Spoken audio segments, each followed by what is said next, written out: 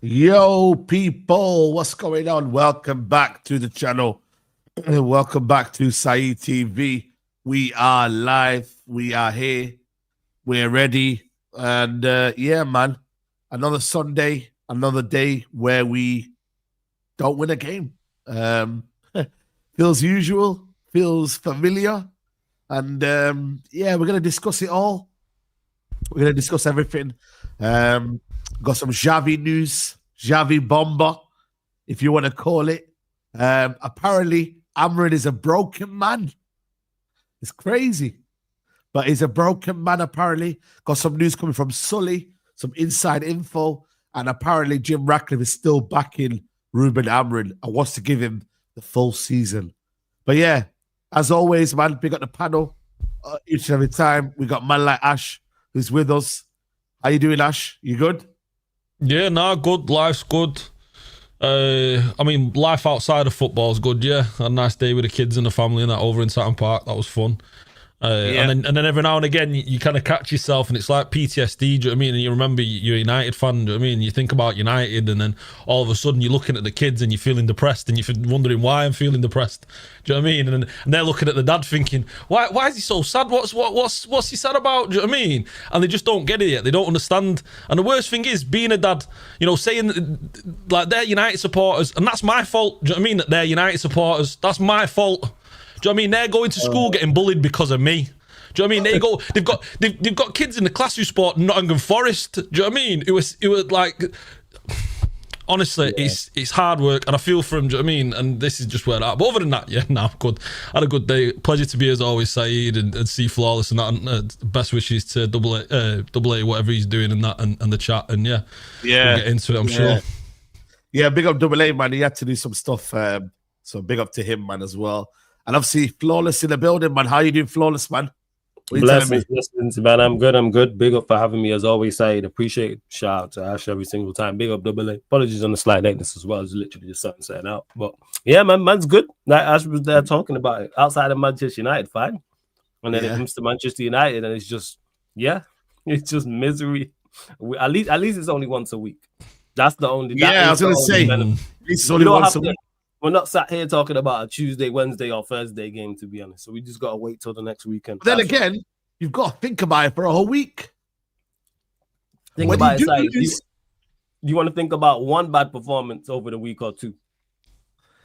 Yeah, but normally we'd actually be doing well in the Europa League. You know what I mean? It's crazy. As it usually sounds. we do one bad, one good, don't we? It would have been Champions League this year if we would have won the Europa. Oh yeah, true. It would have been Champions League if it was Europa here. Yeah. But you get beat by, you know what I mean, some decent teams. Not Brentford.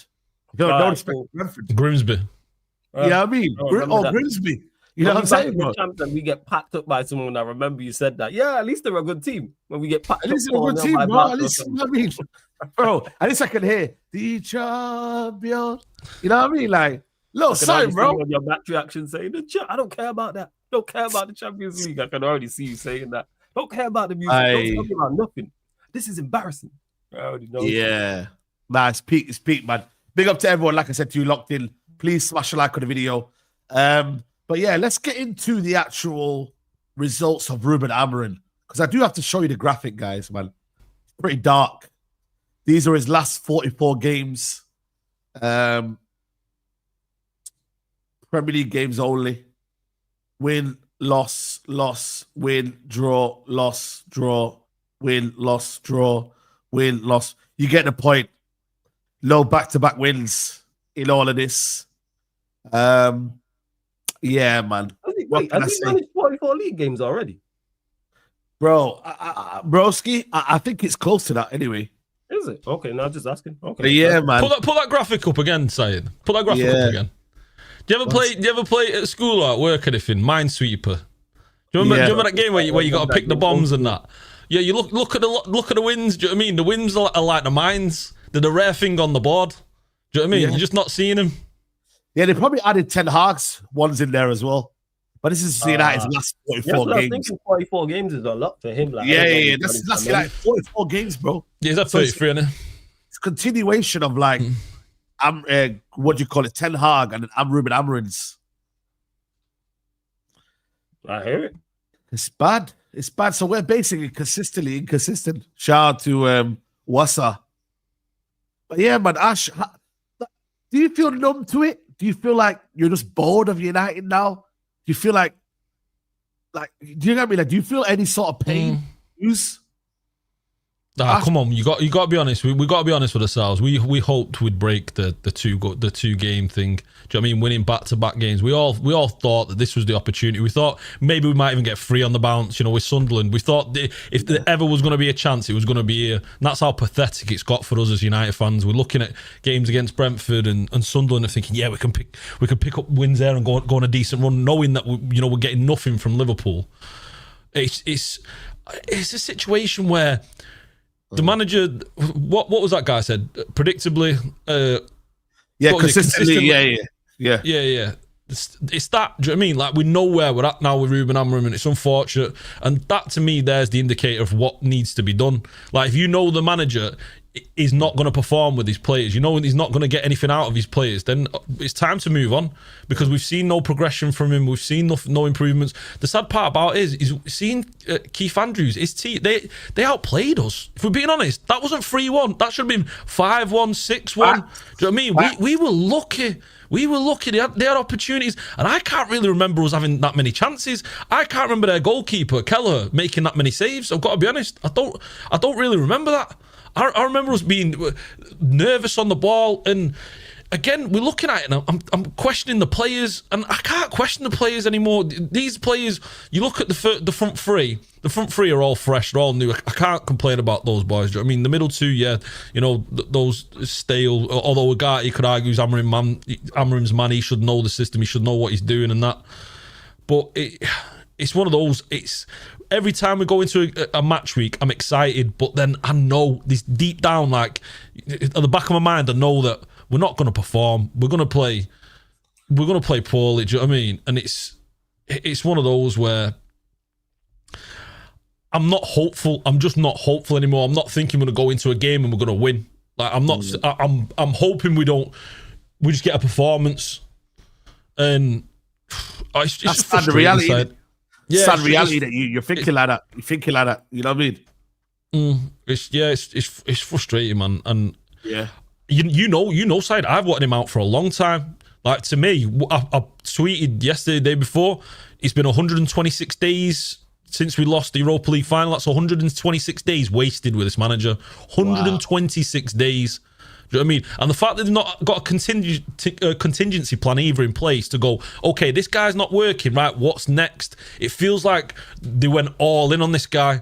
And to me, it was a big mistake because we saw nothing. I'm okay with a manager giving a manager time if he's earned his time. Yeah. If he's earned his time, give him some time. If he's had some decent performances or he's shown something where the squad's working, there's not been a player that's been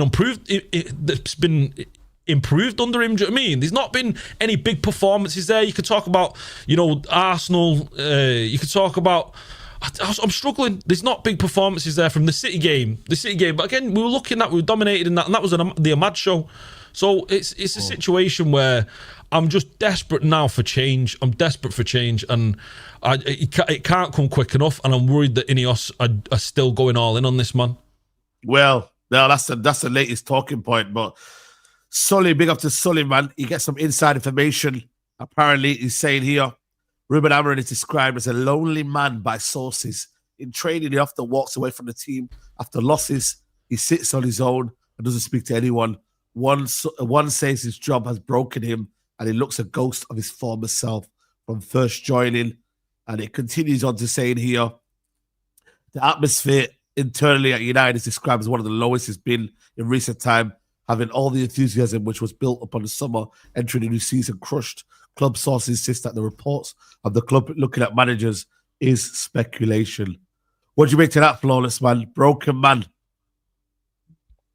If it is true, it's not a surprise. Lonely. It isn't a shock because he looks like a broken man when you see him on the touchline. He looks like a broken man when you see him in press conferences, whether it's before the game, after the game. And then what he says tells you that he wants to be fired. He's already reportedly tried to leave twice. One after the Europa League, one a couple months before that. And he sounds like it after the Grimsby game. And he's making it crystal clear to the ownership, I am not going to change. It is low. No wonder. You don't need that report to know that Manchester United, the atmosphere is terrible. Yeah, and that the enthusiasm's at an all-time low. You lot go to the stadium week in, week out. You don't say how bad it is. I say it all the time. Where Manchester United are like when you play Mario Kart and you have the cloud over you and your character goes small. That's what it's like. It's just misery. That's what it feels like watching us. There's nothing positive surrounding Manchester United at all.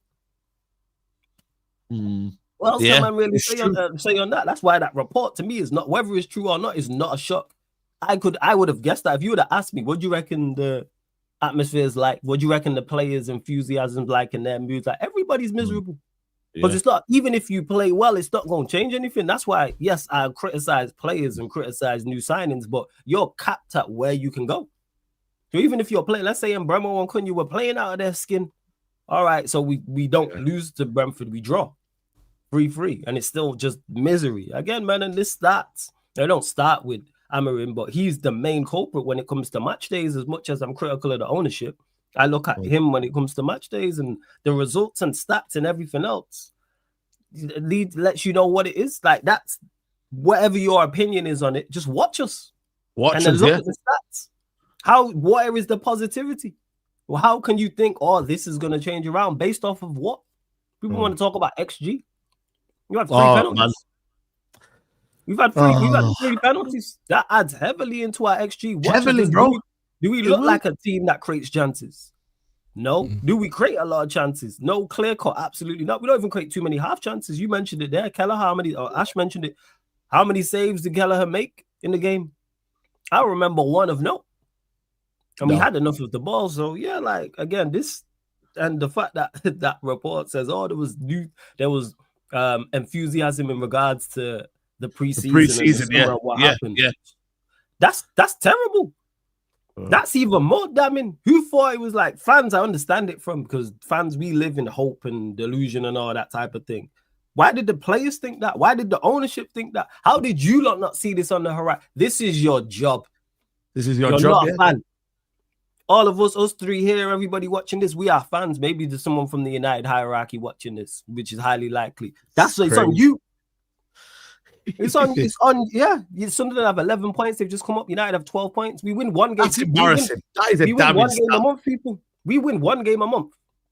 We won one game. We won one game this month. We won one game in August, and we won one game from January to May in those 5 months. So we win one Premier League game a month. But because people are talking about the back-to-backs, that's overlooked as well. The fact that we can't keep clean sheets and we play 5 at the back.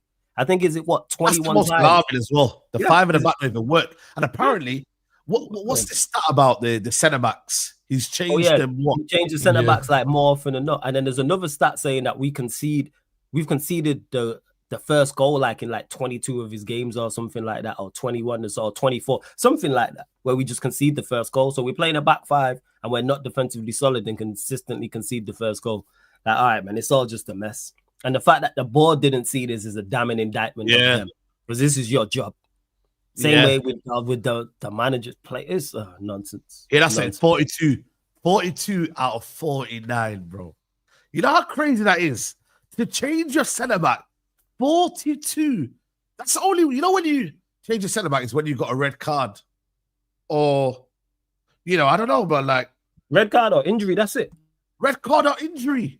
That's when you change it. Or if someone's having a complete mare, which is rare, someone's having so bad of a game that you change him. But that's a one-off. There you go. He is absolutely shambolic today. Take him off.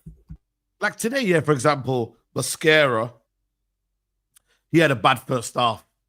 So they said, you know what? You made a mistake. We're going to bring on Saliba, who's the first choice anyway. We gave you a chance. You know what? You looked a bit shaky. I'm going to bring back Saliba on now. That's okay. Or you're trying to hold on to a lead, you bring on an extra centre-back. Maybe there's like a couple of minutes to go. Well, you don't change him. Even with that, you don't change the centre-back. You might bring off an attacker and put a centre-back. Yeah, there you go. Yeah, you're right. Yeah. Like from a tactical perspective. But with us, it's not. It's 55 minutes in. Because Amorim subs are pre-planned. They're not reacting to the game. Go on. You know why though, Flaws? Because his system takes a lot out of the centre backs, and people don't realise that's why, because the centre backs have to do a lot of movement. Do you know what I mean? They're moving up and down, and it's that constant just having to be in the right position for him. So so they tire out quickly, or at least that's what he's believing. They're not able to, press quickly, get back quickly. They're not able to do that. So he's mixing them, changing them on the ready. But I mean, we're starting with Shaw and Maguire. How many times do we need to say it? It's 2025 and we're starting with Shaw and Maguire. Listen, throw Fredrickson in there. Do you know what I mean? Throw Aiden Evan in there. Let's see the kids. They can't do any worse. Let's see what they're going to do. Do you know what I mean? And if they don't perform well, yeah, we've got Heaven Euro. Just play Heaven and Euro. Just play them two. Because we know what's sorry to cut you off. We know what we're getting with Maguire and Shaw. So play them two, and then if Heaven and Euro are not good enough, then you point to alternatives. Like, all right, sorry. Euro must have pissed him off. He's been chilling with Manu too much. No. Now we know why he dropped Euro, because he agrees with Bruno that he was at fault for the goal in the City derby. Because remember, Bruno came out in the interview and said the Foden goal was Euro's fault. And we haven't seen Euro start a game since, even though it was not Euro's fault. Foden ran off Bruno. That's a whole different conversation. But the manager agrees. Yeah. And that's where the manager falls short. Like, you keep it, like, Manchester United continue to make mistakes, and then because of the mistakes we make another mistake, and then so forth and so forth. The fact that Bruno said that publicly, and now you've dropped Euro, and now you're playing Maguire, and Maguire's just costing you. It's mad. But I just knew it. Like, I knew it. Same way I know that Dallow's back now in the team. And he's not going to be dropped. Same way I know Shaw's in the team now. You feel me? And it's just the way it is. And same way Ogar is going to be in the team. Same way now he's not going to change a goalkeeper. Like, what was the point in buying this goalkeeper, by the way? That's where I look at the ownership and the manager and go, what was the conversations between you two? Because this is not the first time that's happened. Clearly, the club wanted Lemens, so the club went and signed him, but the manager don't want to play him. The club went and signed Sesko. Sesko's only starting now because Cunha got injured. Obviously, he's back. Mount's not fully fit as well. But if we would have signed Ollie Watkins, for example, he's starting those first 3 games. Like, you have him. Even with the Mano situation, Mano wants to leave, even if it's out on loan. The club says no. But the manager don't want to play Mano. And then you hear about Xerxes during January transfer window. Exactly, Xerxes. They rejected offers for him, but the manager don't say it. But when it's Bruno, the manager spoke up. We know that. The manager wanted to keep Bruno as well as the club. So I'm like, why are you not on the same page? That's what I don't understand. What is the conversation? So it's like, all right, we're going to go in for this goalkeeper. Does Amorim say, I don't want him? Well, we're going to sign him anyway. All right, well, I'm not going to play him. Like, it makes no sense whatsoever. Well, big up to SB, man. He can't do any worse than the guy. The guy is just there. No, he's just there. Like, it's like, thing is with Ugarte, I don't think he even did anything badly in the game. But it's just a presence. Problem is, the manager, they asked him, the lady asked him, why have you chosen Ugarte? He said, because it's about the transitions, and he can be the best for the transitions. How about you control the game? Well, he's not interested in that. He wants runners. This is why he plays Ugarte, which is why he plays Mount. Notice the players that the profile that he likes and the profile that he doesn't like. If you can't run around, even though it's called football, so if you keep the ball, you don't have to worry as much about running around. That's why when he says Ugarte is better in transition, because he's thinking off the ball. It's why he plays Ugarte. It's why he plays Mount. It's why he played Garnacho for so long. It's why he played Højlund for so long. Energetic runners. Why he likes Dalot? Because Dalot would just run up and down. Dalot's terrible, but he runs up and down. Notice that. He don't like but he's not playing Mado. He ain't playing Xerxes. Not them type of players. Sesko. And we don't even know what type of player Sesko is, to be honest. But more so Mano and Xerxes. He ain't playing them, man. Not a prayer. Not a chance. Those them players who run up and down. Yeah, 100%. But like, this is what I'm trying to say. That's why I don't get it. Like, the defending's poor all round. Delete. You know what I mean? He's having to get. You know what I mean? It's a situation like we lose Mazraoui, and all of a sudden the defense looks all over the place. It's just nothing's working. Like, nothing. Like, you tell me something that is working. And when we do win, I was looking at all the wins. Half of the wins, or most of the wins, are against teams with 10 men, or there's a penalty involved. Is 10 men a penalty or a championship side? Well, that's been the case under Amorim, though, hasn't it? Do you know what I mean? Like, we really performed well? Maybe the Arsenal game, that was it. Do you know what I mean? And we all got a bit excited there. City game. That's it. Yes. Yeah. And that's all. Like if you look at the calendar year of 2025, it's awful. If you look at the turn of the year since it's turned 2025, hey, it's spooky because it is red card, championship side, or 10 men. And we don't. And he's not improved a single player, Flawless. That's the thing that worries me most. There's not a single player, and if anything, players regressed. Ahmed's regressed. Yeah. You know what I mean, you look at now Cunha and Burmo, they're already starting to regress. And the thing that frustrates me, you look at Bruno. We all know Bruno's better. Like in that number 10 there, if you're going to play Bruno, you play him in one of the 10s. That's where you play him. You don't play in the middle. And you can bring in Mainu. You can put Mainu next to Agati and put Bruno up top there. If you want to put him in. Like, yeah, he's not seeing that. He's not understanding it. The Shaw thing's just weird for me as well. Shaw, when he's not injured, he has to play. For me, it feels like there must be a clause in his contract where, you know, we get fined like 1.5 million or something every time he doesn't play. Yeah, we've had that nonsense in the past. Like, how is he still in this team? It makes no sense to me. And the low, I mean, you see how much we miss Mazraoui and Ahmad there when Delo comes in. Delo he's like the massive regression he had. You look at under Ten Hag, he had a decent season. That one season where people were saying, "Oh, it was our best player of the season," all that. That player's gone now. That player doesn't exist anymore. Gone, do you know what I mean? That was just one fluke season. And Dorgu, I feel sorry for Dorgu. I feel like Dorgu, there is a player in there. Do you know what I mean? But he's just, but he's having to do a lot around him. Yeah, exactly. Dorgu, right? We're not seeing our number 10s, by the way. And listen, Cunha has been poor last couple of games.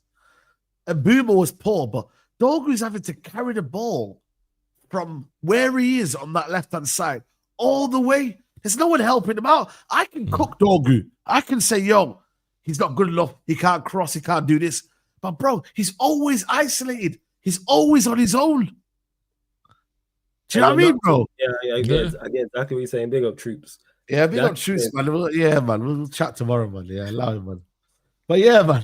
Like, bro, like, you know what I'm trying to say, though, bro? Like, Dorgu, Dalot, forget Dalot, because Dalot's useless at everything. Yeah. And listen, Dorgu, he carries a ball, he wins fouls. But then I need the ball to now be played to Cunha. Like, when you get to a certain position, pass the ball to Cunha. Cunha's never near him.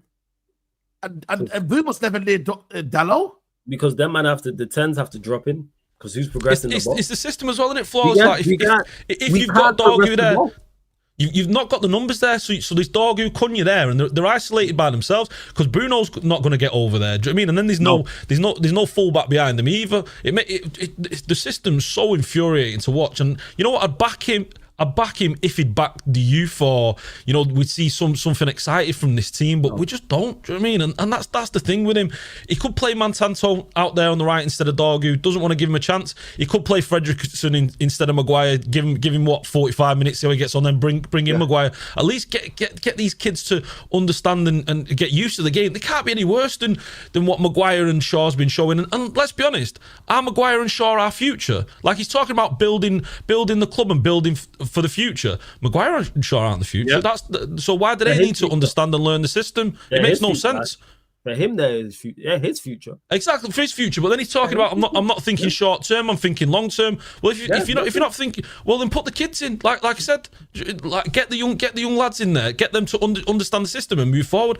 The fact that he re-signed, or at least he backed the idea of us re-signing Maguire for another year, to me, that alarm bells ringing there. And then the Bruno situation, not accepting 100 million, another red flag. Alarm bells, all that, whatever you want to call it. It's just frustration after frustration, and I'm looking at the formation and the players, they look lost there. There's no combination, there's no chemistry. It's like they don't know each other. We've seen all this fun and happiness and enjoy behind the scenes, but when they get onto the football field, it's like they've never seen each other. It's like they've never met. It's like they've never played together, and it's one of those. The manager's looking disjointed, and he's looking like a lost man, a broken man, like you said a little bit earlier. We're all broken men here, sat having to watch his football for the past couple of months. Do you know what I mean? It's horrendous. We're all broken. Yeah, facts. Broken by it. Do you know what I mean? And you've got his biggest supporters now coming out, his biggest United fans, all the accounts now on X and all YouTube saying, yeah, maybe it's not it. I mean, we knew it wasn't it after the Europa League final. Do you know what I mean? It was clear. If we're being honest, we knew it wasn't it a few weeks, even a month or two prior to that, because we hadn't even seen anything. We'd spoke about it on here. Like, the man's not good enough. And you know why I think he's broken and he's a lost man? Because he's got nothing more to offer. He's used all his best moves, and he's not getting anything more out of these players, so he's a lost man. Like, he doesn't know what to do, and that's where he's at. And he's at a point now where he's just waiting out his contract. He's waiting out to get to November get to wherever. This football club is a joke, bro. Like, we have to start speaking on Ineos now. And 100%. Big up to Rosales. He's arrogant, stubborn. He needs to go. Any Big Six club would have sacked him by now. He should be sacked for even playing Luke Shaw in the free.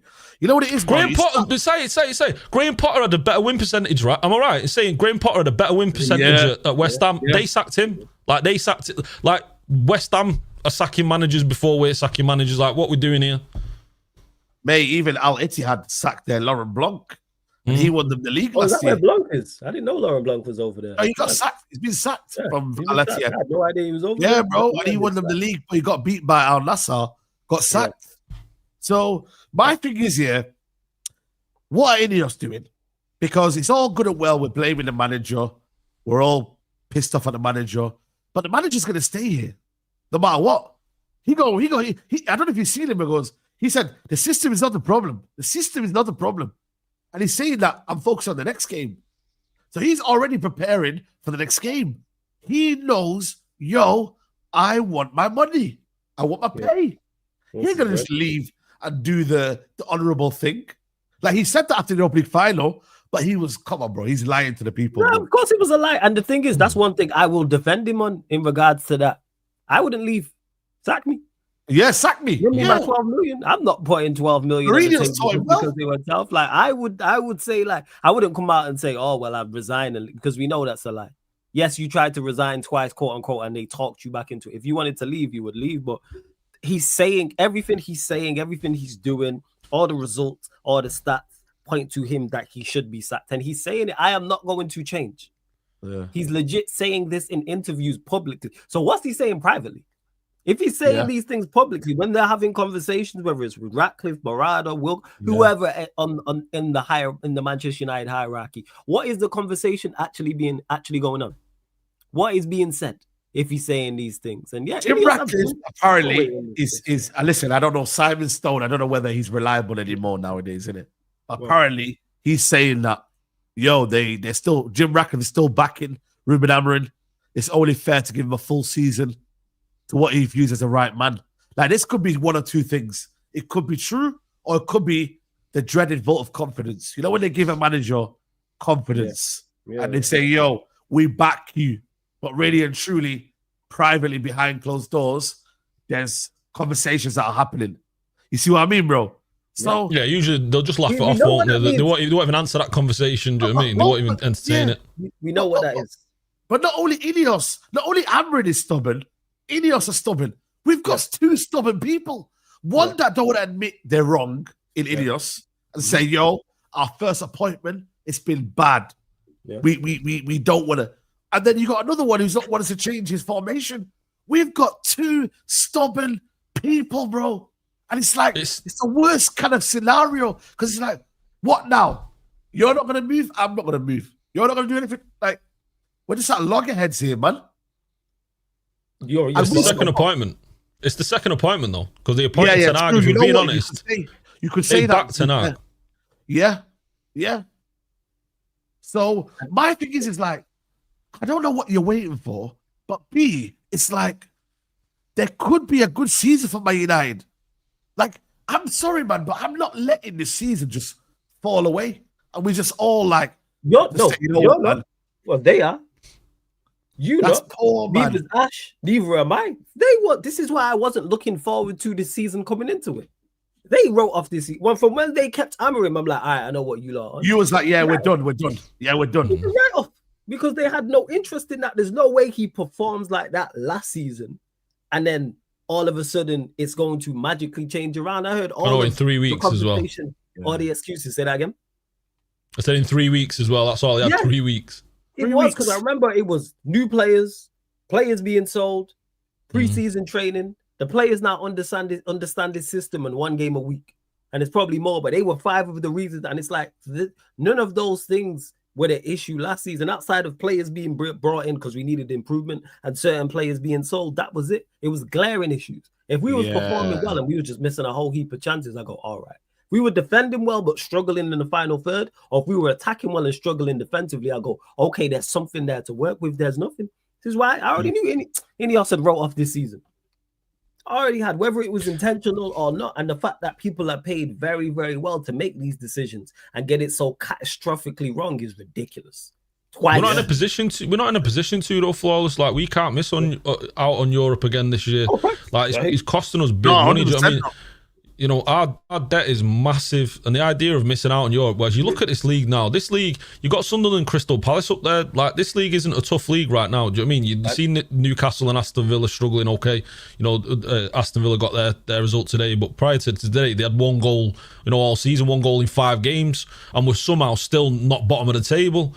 So this league there, you've got an opportunity to go and get a manager, you know, make a statement and, you know, provoke a reaction out of these players, or at least try and maneuver the players into a system that's going to allow them to get the best, you know, and create opportunities and score goals. Right now, we've seen what Amorim's got to offer. We've seen 33 games was it, and he's had 17 losses. I believe 17 losses. Yo, 17 out of 33 or something like that. 17 out of 33. Like, As a football club, I just don't understand what have we seen? What has Ineos seen out of this manager to believe that he's got anything to turn it around? I mean, it'd be the best turnaround in the history of football at this point. Do you know what I mean? It's never been done, never been close to being done. And I'm looking at Ineos, and I feel like Ratcliffe's putting it on Barada more than anything. He's saying, look, Barada, this is your man. So you've got to make the decision. And Barada's scared. He's never been in this position before. Barada's never been here. So he sat there thinking, if I sack him now, that means I'm wrong and my appointment's wrong. So already I'm in the bad books. So, and you know what? That's going to happen, and that's cool. Just get it right. The next one, exactly. Yeah. You know what? You right. We won't care about. Just get the match. And if it's not the next guy, move on to the next one. Go on, Ash. Carry on. Flawless. I was saying to my kids today. Do you know what I mean? Make mistakes, because once you've made that mistake, you can then get it right. Don't wait. Do you know what I mean? Because waiting's just you can make 2 mistakes and get the third one right quicker than you can just sat there waiting. Do you know what I mean? Yeah. And that's what you want to do. Just keep moving. And at the moment, we're just stagnant. We're still. And we're going to continue, because we all know the direction we're in now. We all know what Amorim offers us. There's not anything different. He's told us himself what he offers us. He offers the free back. He offers the 2 in midfield. There's nothing changing here. Do you know what I mean? Like, the idea that all of a sudden it's going to miraculously turn, everything's going to click into place, and it's all going to start working. He's had 33 games. He's had 33 games in the Premier League. That's nearly a Premier League season. Do you know what I mean? We're talking about relegation form. Had he been the manager for a full season under the form we're in right now, we would be a relegated team. That's where we're at under him, and it's not going to change. So Ineos, it's worrying. It's worrying to look at them and see that he's been at Nice, Ratcliffe, and he's had managers there, and he's come to us and he said, yeah, no, I want to try and give managers time now. I want to change it because it didn't work at Nice. Yeah, but okay, it worked at Chelsea, it worked at Barca, it worked at Real Madrid, it's worked at Juve, it's worked at Inter, it's worked at Bayern. Everywhere else it's worked. Just because it didn't work with you that one time with your club over the 3 or 4 years. Look at the blueprint of European football, successful European football clubs. Here's one for you. There's been 12 managers have won the Premier League. Yeah, 12 managers have won the Premier League. So you got Pep, obviously Sir Alex, and then the other. Yeah. But 8 of those 12 won it in their first 2 seasons. So 8 of those 12 won it in their first. They didn't need 4 or 5 years. They won it in the first 2 seasons, and they were hired because the manager just got sacked. So they came into a club that was at a disarray. So those managers have come in Eight of the 12 have won it in the first 2 seasons. What's that say to you? That says to you, change. It can be the catalyst for progression and moving yourselves forward. It's for me, it's so clear and evident. You look at Abramovich, and I always point to Abramovich's Chelsea, the ruthlessness, set a level of culpability, accountability at football club to know that, look, if you're not performing, you're out. If you look at your owners and your boardroom and you think, right, if I'm not performing and I'm not doing it on the football field right now, I'm gone. That puts a pressure on, and if you're not good enough to deal in that pressure, then you shouldn't be here anyway. So it's frustrating. Instead, you're in a situation where you go, well, he's got time. Well, I've got 6 months. Well, there's going. What did he say? There's going to be a storm coming, and he's going to be. I don't want to hear storms coming. No, I'm going to write it. Do you know what I mean? It's going to be fixed. I've got it, and earn your time. Earn your time at your football club. He's earned no time for me at the football club, and the fact that Ineos somehow believe he's going to change it, it's wild. It's really, really worrying. It's frustrating. Do you know what I mean? And you know, Saeed. Sorry, Flores. You know, Saeed, these football fans at Old Trafford who still back him and will back him and sing his song regardless. And it's wild, the fact that he gets a song, a chant, and all that. He's done nothing to deserve that. It's wild. It's 100%, bro. And what makes their decision to keep him even worse is that even though it's had such a bad start because of the rest of the Premier League and the lack of quality, this season can still be salvaged. 100%. Manchester United are capable of finishing in the team. I'm saying there, people, the squad is capable of finishing 5th or 6th. We are capable of finishing in European spots. We are capable of going on a run in the FA Cup. We are capable of playing better football. We are capable of just getting better results as well. It can all be improved, and they still have a chance to do it now. As many mistakes as they've made, they still have a chance to rectify it, and it's not even incompetence no more. It's just straight negligence. I think it's ignorance from some as well. I think it's stubbornness. I think it's pig-headedness as well. And like, I don't want to be wrong. You're wrong. We keep it stepping, because if you get the manager right, the next manager right, no one gonna care about Amorim. Whoever the next manager is, real talk. If the next manager is successful, we will hail you up. We'll go, hey, props to Ineos for this appointment. This manager won us this, and this, and we won these amount of games and did this, and this, and we look forward to watching United, etc., etc. So do I believe he is, back to your original question, that he is going to get sacked? Yes. Once you start hearing the boards come out and and people from the hierarchy come out saying, "Oh, we back him," you know what time it is. Because if you were backing him, you wouldn't need to say it if results was good. You wouldn't need to say anything. Yeah. I've said this. I think it's the not this international break coming, the next one. That quartet of games, I don't think it's November. Yeah, November. That's crazy. I know it's crazy, but it's crazy but Saeed, it's crazy that they kept him. I've got to watch Liverpool. Yeah, it should be sacked after Grimsby. But Saeed, think about it. It's crazy that they kept him. Look at all the platinum, not even golden. Look at all the platinum opportunities they've had over his entire reign to sack him. They could have sacked him after Grimsby. No one would have said anything. If they would have sacked him that night or the morning after, no one would have said anything. If they would have sacked him after Manchester City, that's 2 right there. That's 2 shows. That's 2 platinum opportunities this season alone. Never mind after the Europa League final. Never mind after pick an embarrassing defeat we had with him last season. So yeah, it will be. Don't put anything past these lot. They've already shown. They did it with Ten Hag. This is a repeat. I'm telling you, November, man. Liverpool, Brighton, Forest, Spurs. That quartet won't make it. If we get really embarrassed at Liverpool, which is a possibility, it might be there. If we get packed up there, if they're on it and we're off it, we could get packed up and that could be the end. But this international break, they won't sack him. I don't think they sack a manager before Liverpool away.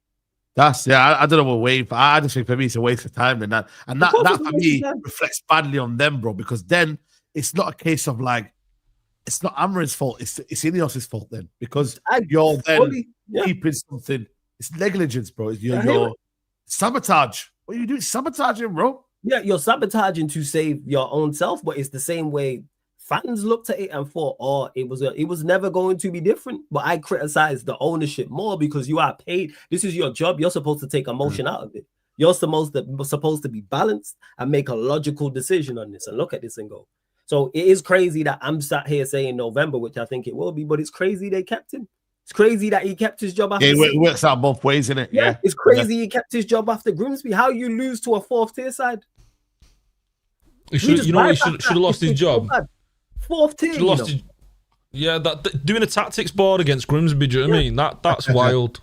Let me get this, by the way. Obviously, we've been linked with Xavi, and there were some interesting developments today around Xavi.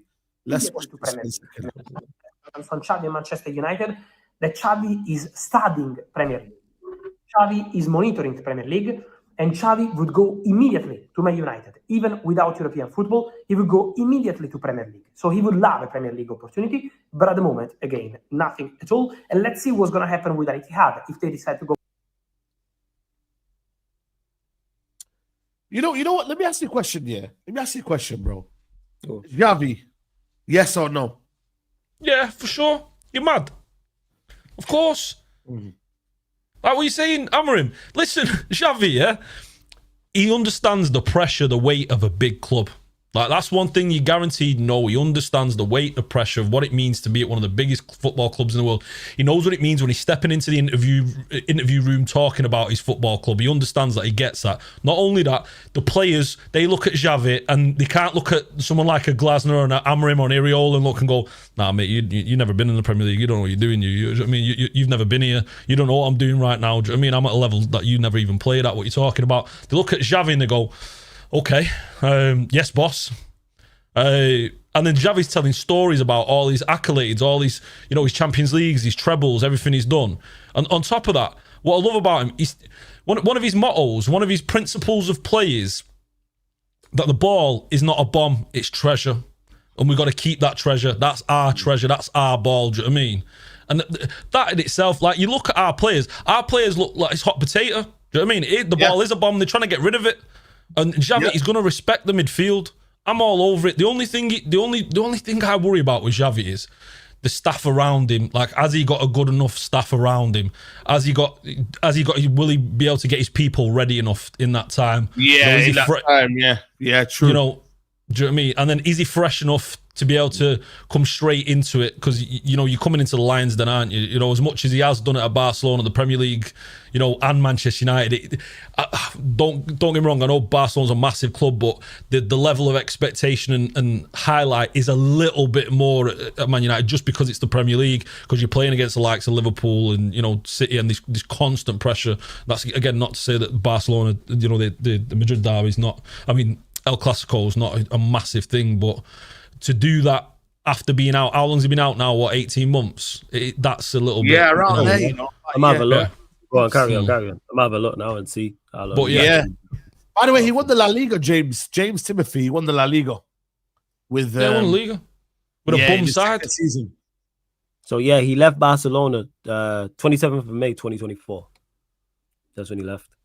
Yeah, so he's been out of job. He was there 3 years. He joined November 2021 and then left. And you know what, Flawless? You know what, Saeed, yeah? If it doesn't work in 6-9 months, see you later. Let's move on. Simple. If it's not working, let's move on. Like, we don't give him 3 years. Oh, this is the culture now. We're setting it all for him. Do you know what I mean? We need a manager to come into the team and go, right, listen, I've got him moving straight away. Look at Eddie Howe at Newcastle, took a relegation threat and Newcastle, bam, got him up the league. Look at Unai Emery, did the same. That's what you want. You look at Nuno Espirito Santo at Nottingham Forest, added 2 players there, bam, right up the table. Like, we don't need this idea of 3-4 years to spend, $1 billion on your team and then be whereabouts and not even have any trophies to show for it. Do you know what I mean?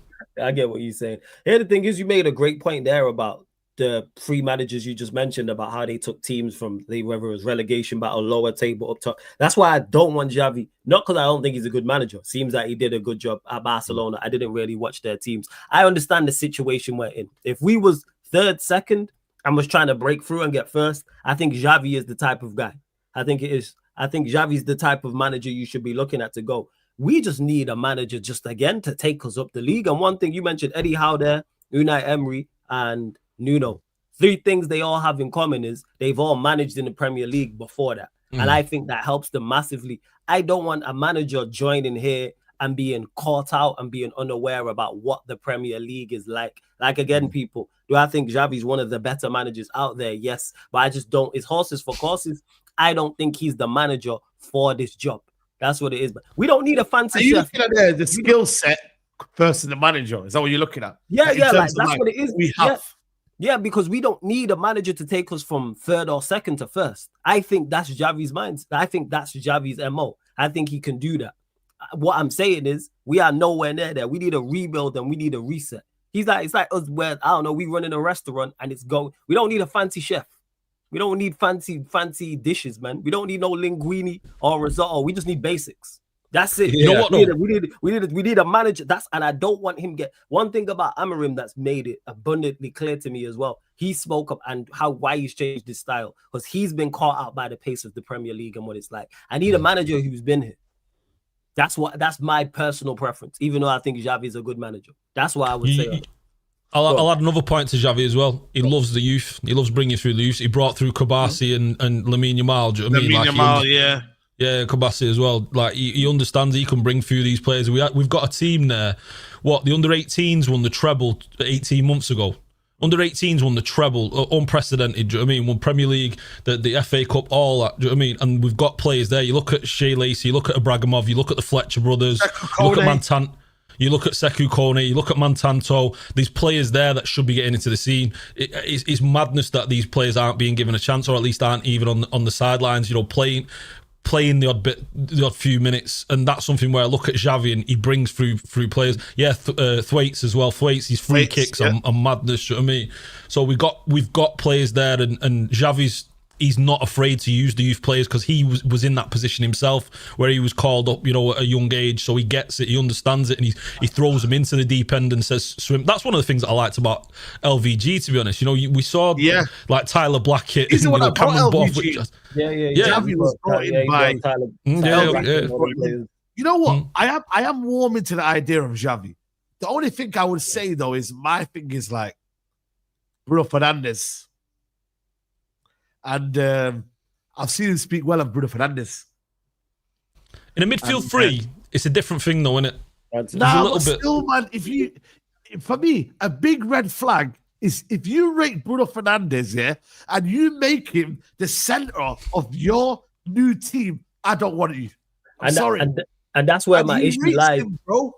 Not just with Bruno, but whoever the new manager is. Let's say it is Xavi, because that's who we're talking about, getting attached to these bad players. I'm looking at you from day one. So that's not just Bruno, but we can include Bruno in that. You can put Mount there, Shaw, Maguire, Dalot. All of these players that have been here for a long time, but we know are not up to the standard, and that's not as Xavi. That's why, like I said, I'm not against the idea of Xavi. It's just more so in regards to, hopefully Bruno will be gone. It's just more so of the question of, is he the guy for this job? Is he the guy to rebuild and make us steady again? Maybe he can do it. I just don't want him caught. I just don't want him to be caught out by the Prem. Say again? I like the fact that he understands the game. And also there's a quote here, that he said, which is very, very key. He said here, my style is 4-3-3, but we can adapt the attack to a 3-4-3. We can use 4-2-3-1. It depends on what players you have. But I use wingers and not fullbacks to attack.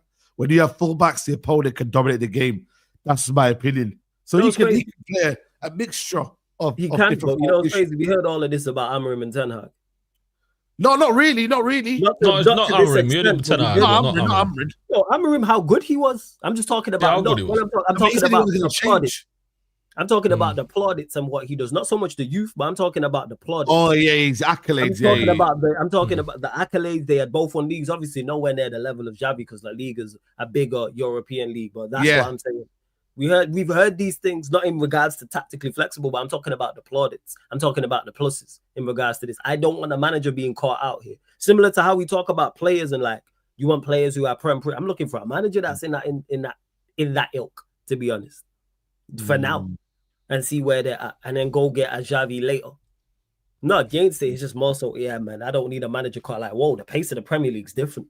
I don't need you say that though, Flawless, but I look at the other side as well. You look at Iraola or Glasgow, and they come into Manchester United and they go, whoa, this team's a bit big, and then they start getting influenced, do you know what I mean? And they start not being able to deal with this, with the pressure, because we don't know what those managers, how they've been able to deal with pressure in their lives. Like we don't truly know that until we get them in the hot seat. And that is a big worry, because you can be a good manager. You look at Ten Hag, you look at Amorim, and you've seen that where they've been elsewhere, they've come up to Manchester United, and the pressure's been a little bit too much for them. Amorim Say again, sorry. Yeah, they've crumbled 110%. They've crumbled. Yeah, Whereas that's I want a manager who feels confident in his job and in his philosophy, and it feels like with Xavi and the youth thing's a big thing for me. I say it again, like the fact that he's confident in promoting the youth and so confident in promoting such young players as well. Yes, you know, it's something that we desperately need, because we're not going to be able to keep spending all this money, especially in the position that we're in at the moment, and it's one of those where we bring in a Glasner, and Glasner's got Mateta there, he's got Wharton there, he's got Gahey there. Do you know what I mean? He's got Henderson. Those are good players. Like, you know, he's got a nice team there. It's coming into this team. It's a different thing. So where's he going to bring those players through? He's going to have to bring the youth in, or he's going to have to adapt things. And Iriola, I do like Iriola. I'm a big fan of Iriola. But again, it's the pressure thing that really worries me. It worries me in coming to United. Because there's no manager out there that I look at and go, even if it's more in the plus column in regards to them, there's always something I can point to and go, yeah. Is this Musa? He says both the Palace and Bournemouth managers. Yeah, this is Musa. Big up Musa every single time. Yeah, Musa. So if they weren't at Palace and Bournemouth, I wouldn't have got them. I wouldn't be sat here saying that Ariola and Glasner wouldn't have been linked to the job probably before. Actually, Glasner may because of what he did. Glasner was at Frankfurt. Yeah, that's what I'm saying. Glasner potentially. The point that I'm making is, they didn't have Prem experience, but now they do. Hence why they're higher up on the list now. For me, but managing Bournemouth and managing Crystal Palace, they're different levels. Do you know what I mean? Like, Bournemouth, that's true as well. But that's the only thing that I have concerns about with them. Yeah, that's it. If either of those two can handle the pressure at Manchester United, they should be able to do a good job. Like I said, there's no criteria that's bulletproof. There's no manager out there that has zero flaws, has zero flaws, concern. You can point to whoever is out. That's why I hear you went to Ariola and Glasner, of course, or whoever the manager, because there's very few managers out there that have been under the pressure at a Manchester United. Xavi's one of the few because he's been at Barcelona. But if you've not managed Barcelona, Real Madrid, one of the big clubs in England, maybe one of the big clubs in Italy or Bayern Munich, you've not, and how many managers are out there that are capable? I mean, fit that criteria. It's just Xavi. There's no one else. It's Xavi and Zidane. They're the only two you look at and go, all right, but then on the flip side, it's can you deal with the Premier League? That's where I'm at with it. But I'm not opposed to Xavi, but we'll see what they do. Yeah. I worry about Glasner. Some super chats. Guys, 1.7K in the building. We only have 453 likes. Guys, we need 1,000 likes before the end of the video. So please hit the like button. Doesn't cost you a penny. And it's just easy, simple to do. Big up to Reem. She says Xavi is an elite tactician and talent developer, but going from having Pedri, Frankie to Ugarte, Casemiro, he will actually end his life. Bruno will send Xavi to an early grave. Bro, what has Xavi won as a manager? We need Conte. And Reem says his staff are more than capable, made Barca set pieces lethal, best defense in Europe, 22-23, best presser after Liverpool, most chances created after Treble City, developed youth players to elites. Listen, I think for me, like, I wouldn't be against it. I genuinely wouldn't be against Xavi. I think the more I look at with Iriola, he says, I'll come in the summer rather than this season. Even though he's got a release clause, I do believe there's something that tells me that he'll come in the summer. I don't know what it is, but I've got a feeling he'll say, nah, wait until the summer. And then who else is it after that? Glasner.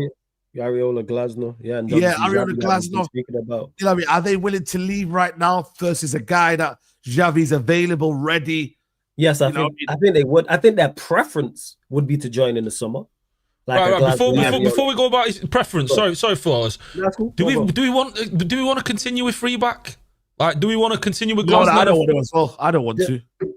You know what? I prefer, not for that reason. I do prefer Ariola because I think his football is better. But if it was Glasner, I wouldn't be opposed to him because of the free back. Let's say we were to get Glasner, I wouldn't go, oh my God, no, don't get him because but Ariola is my personal. He's the top choice. I prefer us to actually get interim, to be honest, and then go and get one of these in the summer, but they probably won't do that. But to answer your question, their preference would be to join in the summer, but respectfully, it's Palace and Bournemouth. If we go to Palace or Bournemouth to get their manager, they're joining Manchester United. We are doubling your wages, minimum, maybe even treble, and also your profile goes through the roof. And you have the chance to become a footballing god. I'm talking about. Of course they would join. Stop this. People say, oh, why would they leave Palace and Bournemouth? Respectfully. And I like Palace and Bournemouth. They're Palace and Bournemouth. Yeah, they've just seen the players. They've both just seen like the best players leave that last summer. Do you know what I mean? Like we get poached away, and they've seen us spend 200 million. Like what we're doing here? Like literally just what 4 of Ariola's back 5 leave, as they just like we seen the whole Guehi situation, and Glasner apparently was gonna. I don't know how true that is. Was gonna resign if they ended up selling him. Like respectfully, like we might not be better than them on the pitch, but as a club we still dwarf them. What are we doing? Like managers don't have egos. Yeah. This is what I'm trying to say. This is why I'm just like, yo, like, for me, let's work on that once this manager's gone. You feel me? Like, that's where I'm at right now. Like, we'll work on this when the manager's gone. Or do you get an interim for a bit? Maybe a Michael Carrick. My personal preference would be to do that, yes. But do I think they do that? No. But I would just go and get Rude. Nah, not Rude. Rude would be a manager. Rude want the job. Why would Rude want the job? But Saeed, don't get him confused. Don't give him the job. I'm saying strictly interim till the end of the season. Why not? Yeah. And then it gives you Ollie for the vibes. Let the manager. No, Ollie. Ollie did mess it up. See, interim Ollie was fantastic. For the vibes, exactly. Interim Ollie is no better than interim Ollie. Get Rude. I don't trust the fan base would just. But they can't listen to the fan base. No, they gotta be like, even if whoever the interim is. If he joins and does a fantastic job, understand. It's got to be Carrick then, isn't it? If we get Carrick, I'll take Carrick, because Carrick dropped Bruno, so I'm all for that. I'm not, but that would be my preference. Bro? Do I think they get interim? No, I think they go and get a permanent manager. Whoever. You know what it is for me? Just like this season can't spiral out of control, bro. Like this season, bro, we cannot waste this season, and this is where Ineos like, bro, you're still early in the season. We're only 6 games in. There's 32 games left. Like, you know, like being seriously, like when we're going on, like the feel that now, because it feels like we're 32 games in already. That's why. Yeah, it feels like it's 6 games. I feel like it's match week 33 and the season's coming down. That's how much man's been through in his first 6 weeks already. It's been horrific. Well, go on. Sorry. Well, what about these Southgate rumors? Do you believe these Southgate rumors? We'll cross that bridge when we get there, like you said. This is a safe space because we are United fans here.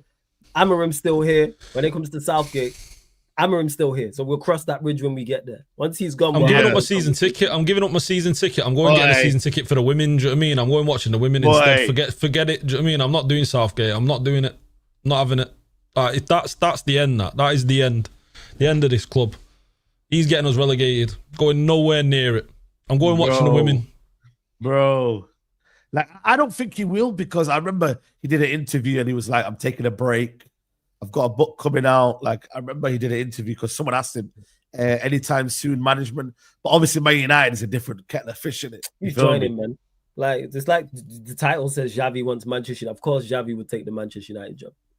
Yeah. Because managers have egos and tunnel vision and think they can turn it around. Whether they can or can't, they have that belief and they know what will happen if they are indeed the manager to turn it around and the manager that is successful here. So yeah, don't worry about it. Like I say, Amorim still got to leave. That's the main problem. Like he's still main, yeah. The conversation about the short list and who's on it, and because I've seen Hertzler as well, he got mentioned also. It's like that's all great for conversation. I wouldn't take Hertzler. No, I'm saying the conversation is all well and good. Oh yeah. I'm saying we have to deal with the now. It's like the stadium plans in 2028. Hey, how about we deal with the 28th of the 9th, 2025? That's where we got to deal with the 25-26 season. The season is currently ongoing, and we need to salvage it already, because we are going downhill. We are falling and continue to spiral out of control. Every week we find a new level of. You think we've hit the lowest of the low when it comes to hell, and we find a trap door and fall right down it. I'm telling you, like Ineos still best in class and all this. The thing is, they do actually good work, but just when it comes to the managerial side of things, they're so bad. Like, they're horrendous, and it puts all the good work that they do elsewhere to shit. Elsewhere, yeah. Yeah. Like, the player recruitment, selling players, bringing in fine, but then we have better players at our disposal, but the results get worse. Something's off, and it's because you're terrible when it comes to the manager side of things. So we'll see, sack Amorim, whether it's permanent, interim, whatever the case may be, and go from there. Because I don't think the squad is mild. I think we've discussed the squad is mild. I mean, better than who does the squad suit? Let's be honest. Like, who does the squad suit? You know, like, is it? I think it suits any good. I think if you're a good manager, you get stuff out of this squad.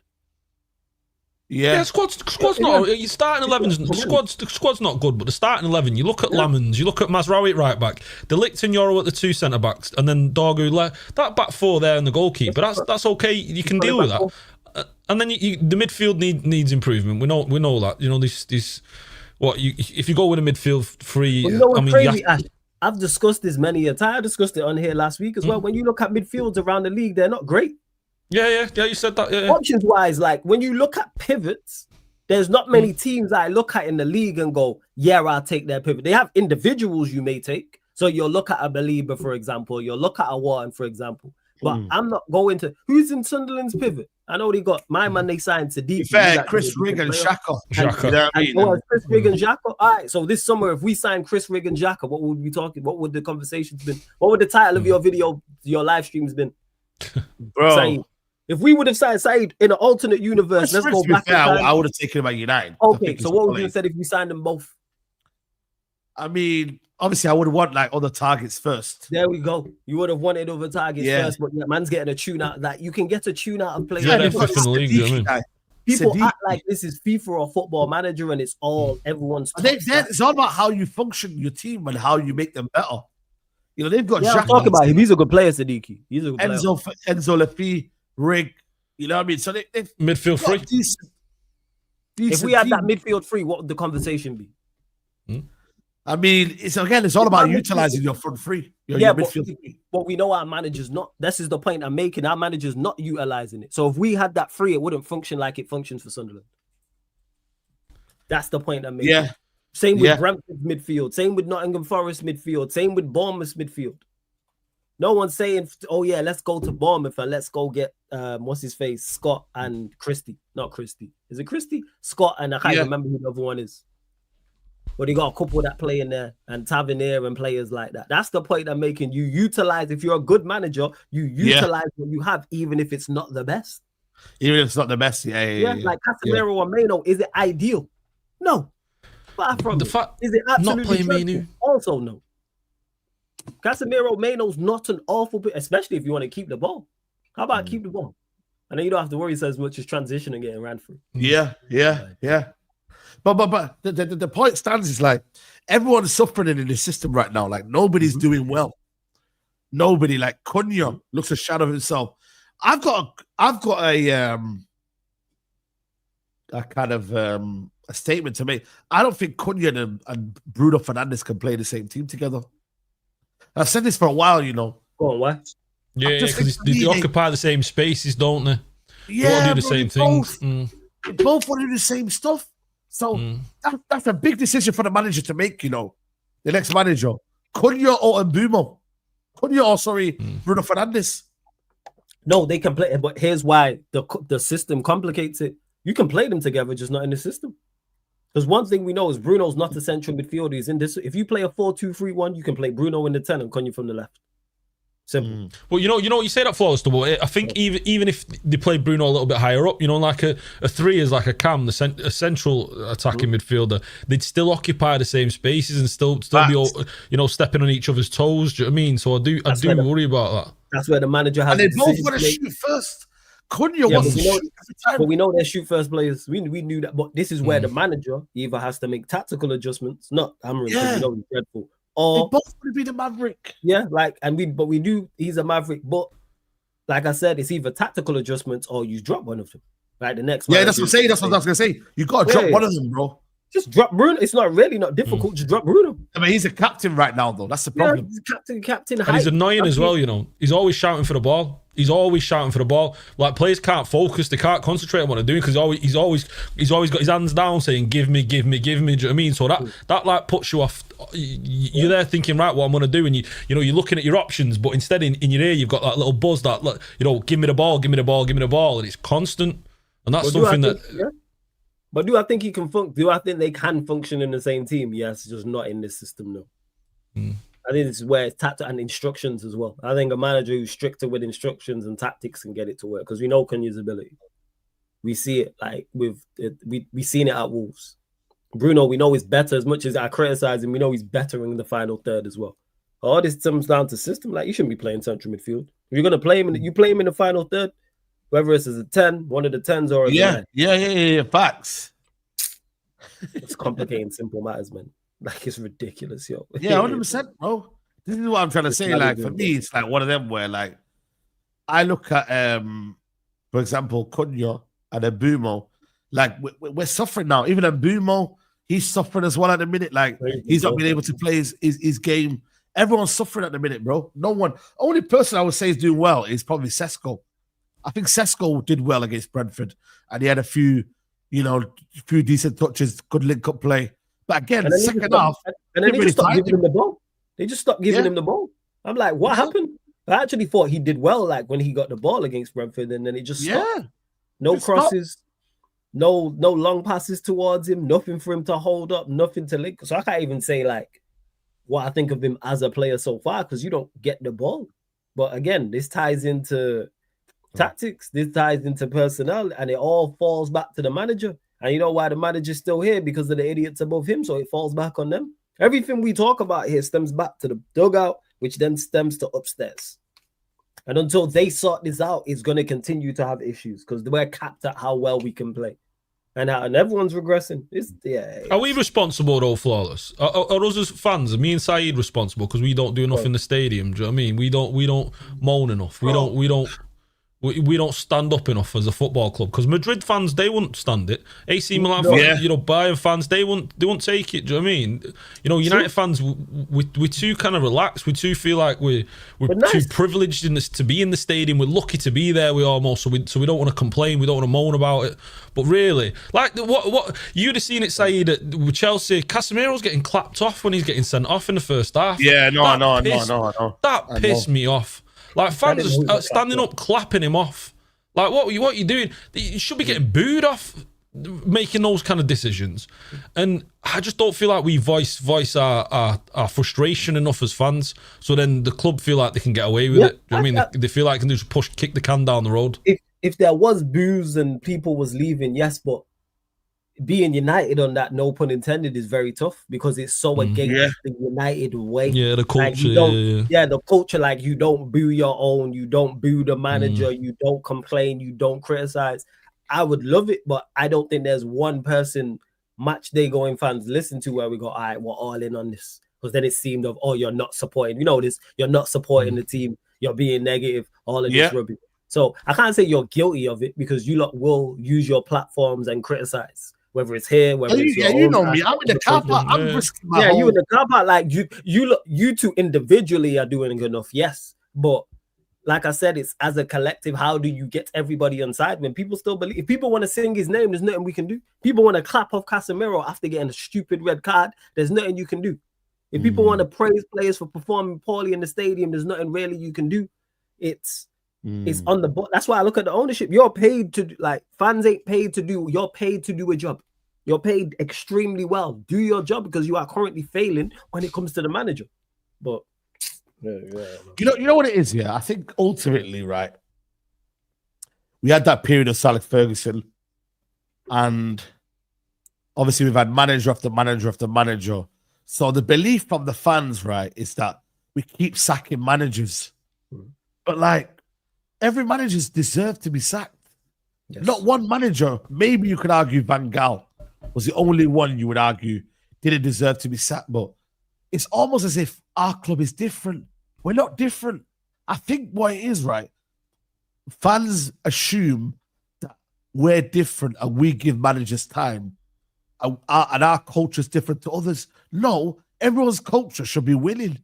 Everyone's culture should be playing good football, entertaining the fans, getting results, winning trophies. That's the culture you set. But it's almost like you've got to do things the United way.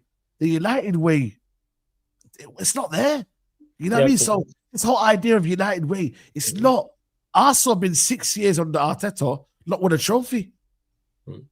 So this idea of, you could be going somewhere.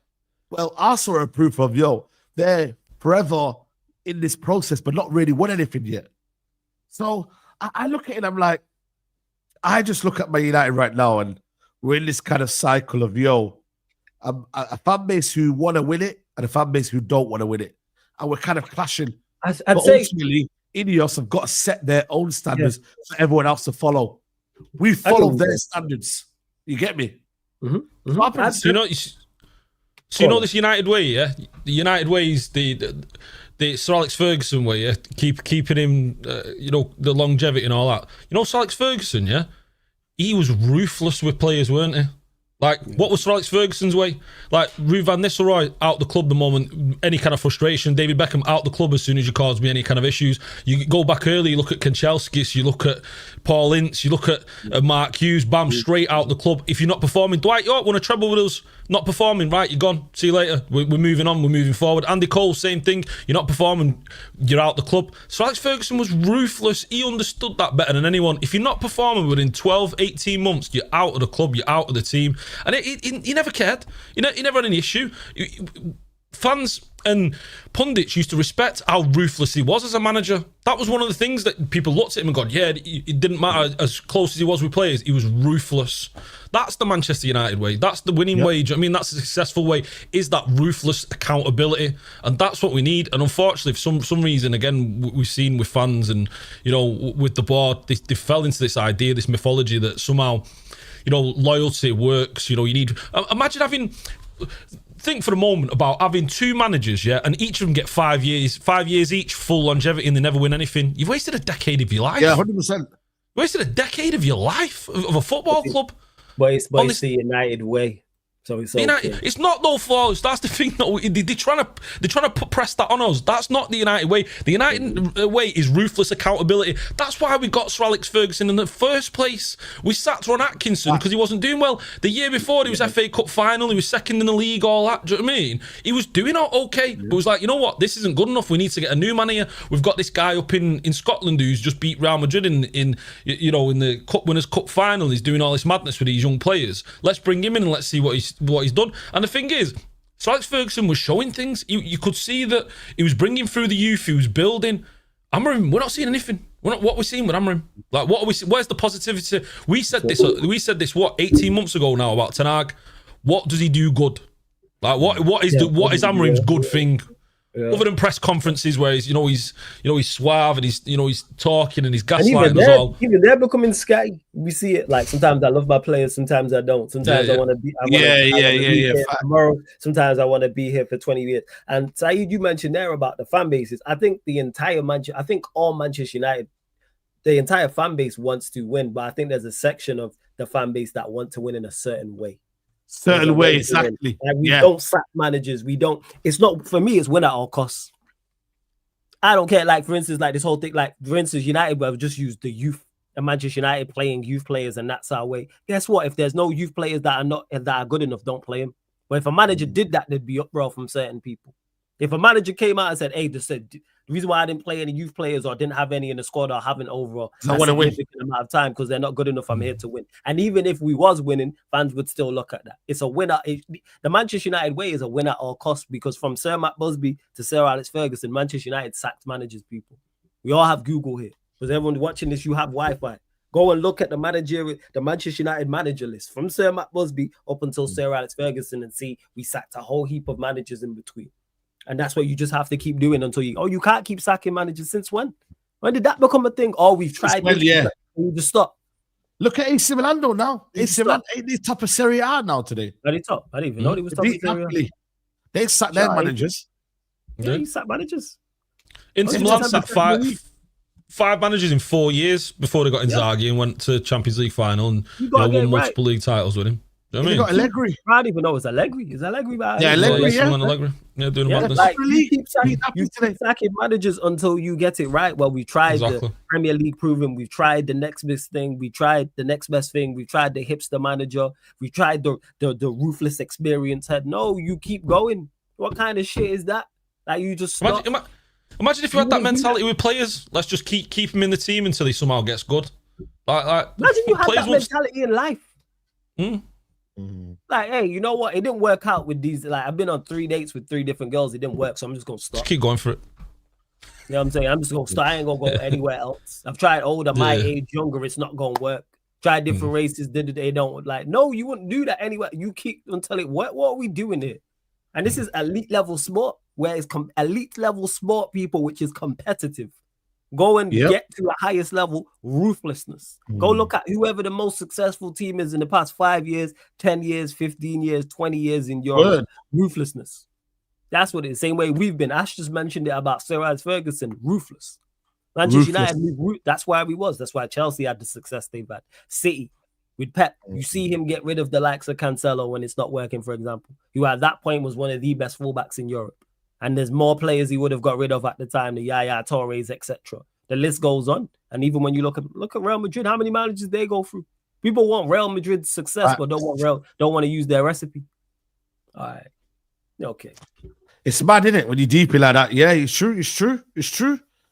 You know what I mean? Like, I look at it now, it's like you see Liverpool, top of the league. You're seeing other clubs there. Shouldn't that hurt you, though? Like, shouldn't there feel like a sense of like, yo, you want to be there? Like, you want to be like, and cool, yeah. People say, oh, but there's processes to this. You got to do these phases and whatnot. But like, sorry to cut you off. When does a process or phase work for anyone? What team has that worked for?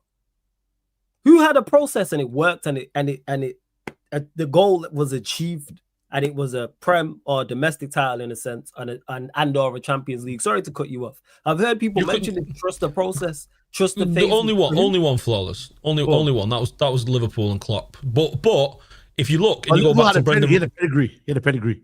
Yeah, he did have a pedigree, to be fair. But you go back to Brendan Rodgers. Do you know what I mean? You know, if they would have continued to try and give him time and give him the process, do you know what I mean, they wouldn't never have got Klopp, would they?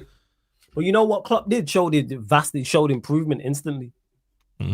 Yeah, did they not reach 2 finals in his first 2 years, or something like that? So he went to Europa League and then reached the Europa League and then lost, and then I think they lost again. But you've seen the imprint on his team that was final form. And the team he got played the exact same way. So it's like, you seen where he was going. No one said at the time with Klopp, oh, we're trusting the process. No, you can see that. Yeah, we're trusting the process. Yeah. No, like people say process and phases when the shit's failing because there's never an end goal.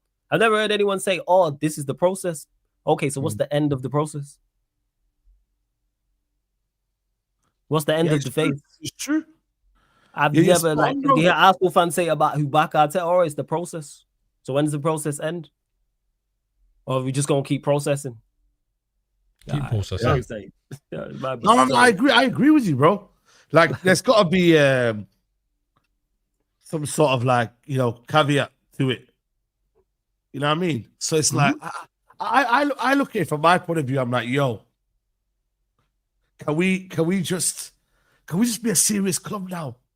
Bro, we're Man United, bro. Like, cool, we're not Man United of old, but we're still Man United. Like, be a serious club, man.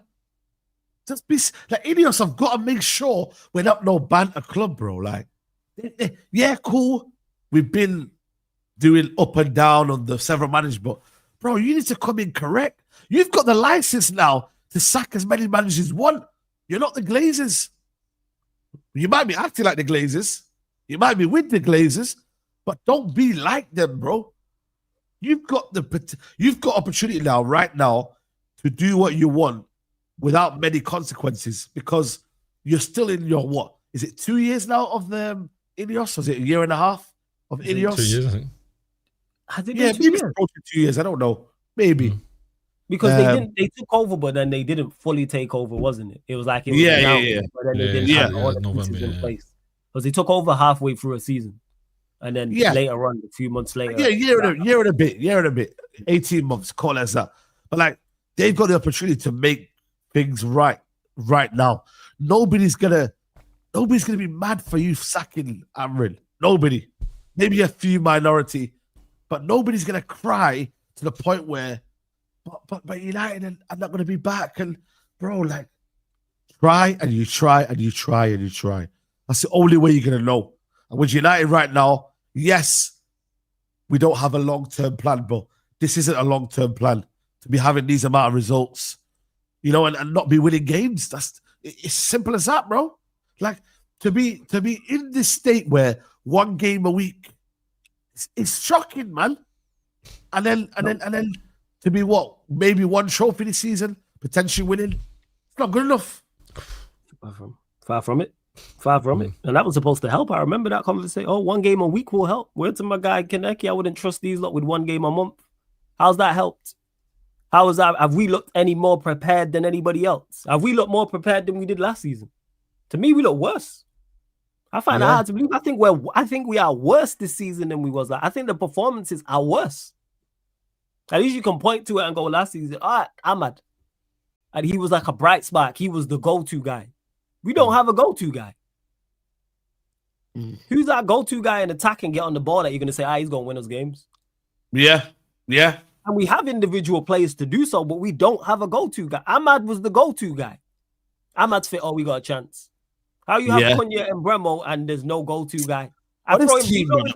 Bruno can't even score penalties no more. How can we lose here? Bruno missing penalties. And them man are looking better than us. That Igor guy, I'm sorry guys, that guy striker, he's not good.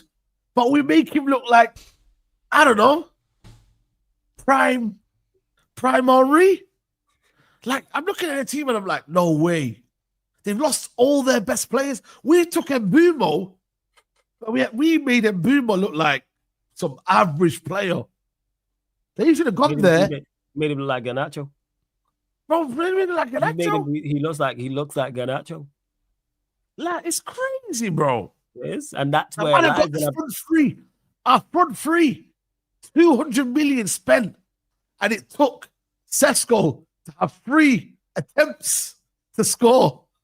Yeah, and that's the build-up was great. It was an overhit pass from Agate into Dogu, who managed to get there and cross it into the box, and then Bremo crashed into the goalkeeper, and then it spilt to Sesko, who had a shot, and it got saved, and a shot, and it got blocked, and then he scored again. Props to Sesko though for the endeavor because he was on it. But the point that I'm making is that tells you all you need to know, man. We are worse than we was last season. Oh my God! Like the report stating all of the new season optimism has gone away. How's it disappeared within 6 weeks? If there was genuine, because it weren't genuine, I said this. There was no genuine belief. That shit was delusion. Otherwise, you wouldn't flip. If you genuinely believed, and this is for fans and the team and the players, that United were going to be better, 2 bad games or 3 bad games or 2 bad results wouldn't change that. I seen the flip. Fulham and Grimsby. That's when it turned. I remember asking you lot in the group chat about the Fulham game and saying, was it bad? And I think it was Double A who responded, because I was at Carnival them times, and he said, yeah, it was bad. Like real bad in capital letters. And I was like, oh. And we drew the game. And then I watched it. And I was like, yeah, you lot were 110% spot on. It was real bad. And that's where it is. Like, it's just delusion. It's like if you ask a Liverpool fan now, because they've lost the game, if they think they're not going to win the league, no Liverpool fans going to tell you that. Because they'll look at it, it's just a blip. And we actually believe in the quality we have and the manager that we have. Quality. All right, this hope and delusion and no, we haven't dominated any team. We've had moments. We ain't dominated anybody like that. Yeah, man. Shout to Eli Strand, man. But boy, yo, you ain't. You know what it is though? If we sack a new manager, is he gonna carry on his challenge or is he gonna continue it? I think until United get 5 wins. Yeah, it's gotta be. This team's capable. Wolves got 6 wins last season. Wolves won 6 games in a row last season. Yeah, I struggle to believe that, Wolves won 6 in a row. Wolves won 6 in a row last season because we was one of them. That's crazy. All we need is a manager. All we need is a manager to come in, just inject a bit of hype, a bit of hope. Do you know what I mean? Get a win. All of a sudden, it starts ticking. Do you know what I mean? That's all we need. This manager is not. Yeah, they won 5 in a row one time. Was it 5? Yeah, it was against us. Like that. Yeah, one of them. Yeah, they won 2-1 Southampton, 1-0 West Ham, 2-1 Ipswich, 4-2 versus Tottenham, and then 1-0 against us. And then they beat Leicester after that. Yeah. So the point is I'm making is if that Wolves team can go and win 5, of course we can win 6, 5, 4 in a row. Of course we can. Yes, it feels so far away though, doesn't it, Floss? Be honest, it feels so far away. Because, like the idea, I just want to get to 2, mate. Because we are that far away. You know we haven't won back-to-back games. 2-game challenge. 2, that's all we want. Just 2 games, 2 weekends of feeling good. Do you know what I mean? Yeah. We are, yes, because it is a million miles away, but our manager will get us closer to that. Like I said, if Wolves can do it, go look at that Wolves team. We took their best player. Bro, that's what I'm saying, bro. We took their best player. Well, yeah, now Cunha's looking like some random Brazilian. You know what I mean, bro? Bro, it's crazy. Like, that's the worst I've seen him play. It's like Space Jam, bro. Man has lost all their powers, bro. Come to United, you lose all your powers. Hey, it's the Ineos Amorim effect. That's what we call it, man. Xerxes as well. 5 minutes to go. Xerxes as well. That was poor. Xerxes ain't getting no game time under this. One game, he didn't get game time when we had 2 games a week. So why with less game time and more players is he gonna get? He's low on the list. Only person he's probably in front of in regards to like attacking is Mano. Yeah, Mano. Like in the pecking order. 5 minutes here, like he ain't getting. It's nonsense, man. Do you reckon we'll hear something tomorrow though? Like, be honest though. Do you reckon we'll actually hear? No, like, we're not hearing nothing. Can we get the statement? You know when they say like Saeed, we're all boys here. Stop! Don't do this to yourself, man. Stop. Bro, can we get like a community though? Yo, Saeed. I want an interview though. At least give us an interview. Saeed, she's not going. Saeed, the girl's not going to text you back, man. You know what I'm saying? Go sleep. It's a wrap, man. It's not happening. I'm here to tell you the uncomfortable truths to everyone, man. Like, no, people. There's nothing tomorrow. There's nothing happening. Don't go to sleep hoping that something's gonna happen tomorrow. You're gonna wake up to some news. You wake up and you're looking at the news, expecting, hoping, and wishing for it. Nothing, do you know what I man. I'm telling you, Ashton. Everyone watching this, there's nothing. Can we get one of these? Yeah, that's what we want. A corner flag, man. Let's see it. That's it. I want to see the little corner. That's what. Yeah, desperate for it. You know what I mean? I just need one of these, bro. Tomorrow morning. That gets me excited. What I will say, what a flag. Nah, it's happening. Hey, Ash Saeed is going to happen. Yes, we just gotta wait. I'm scared for us. I don't think it is. You know, I think I think it could. Man. I think it could be a season. I really do think it could be a season. Nah, he's not. A wasted season. Yeah, he's not, man. I've still got Zidane here, by the way. Yeah, no. I've still got this, by the way. I've still got this here. Saeed, man, stop. Stop, man. Remember this, chat. Stop. I still got this. I admire them both. Man City and Liverpool. They play fantastic football, but eras come to an end. I've got this one here. Oh no, we beat Newport County. I've got this one here. I've got this one here. Shout out Marcel. I've got this one here. Mediocre Street.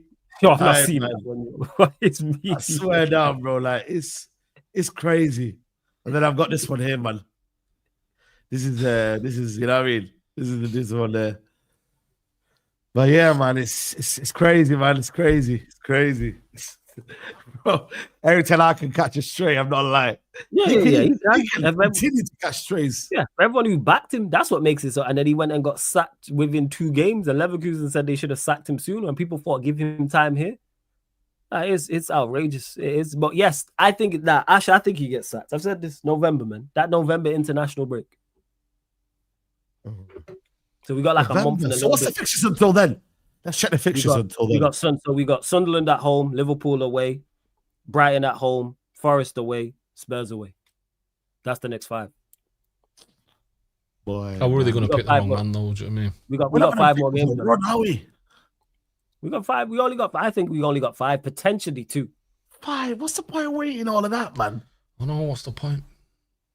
You shouldn't be here now, man. What is the point of waiting for all of these games, bro? Like, just get him gone now.